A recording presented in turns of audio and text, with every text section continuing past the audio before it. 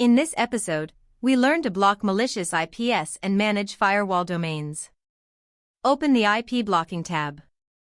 The list shows blocked IPs with address, reason, scope, and expiration time. Click the Block IP button.